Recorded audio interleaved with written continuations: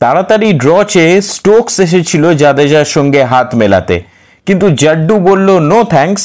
সে এবং ওয়াশিংটন সুন্দর তারপরে সেঞ্চুরির সুযোগ দু হাতে লুফে নিল এবং ভারতকে তাদের খুব একটা ভয়ের জায়গা থেকে বেরিয়ে আসার দারুণ সুযোগ করে দিল, পঞ্চম টেস্ট জেতার এবং 2-2 করার আরও বড় সুযোগ করে দিল।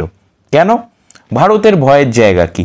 দেখুন, তাদের টেল এন্ডাররা রান খুব বেশি করতে পারে না বলে তারা 8th পজিশনে এমন একজনকে চায় যে ব্যাটও করতে পারে। হ্যাঁ, এটা হচ্ছে কারণ লিডসেও ভারতের ভরাডুবি হয়েছিল, শেষ দিকে অনেক উইকেট পড়ে গেছিল, কিন্তু জাদেজা ওয়াশিংটন যেরকম ব্যাট করে আসছে এই সিরিজে এবং আগেও যা ঝলক দেখিয়েছে, তাতে তাদের জেনুইন ব্যাটার হিসেবেই ধরা যেতে পারে।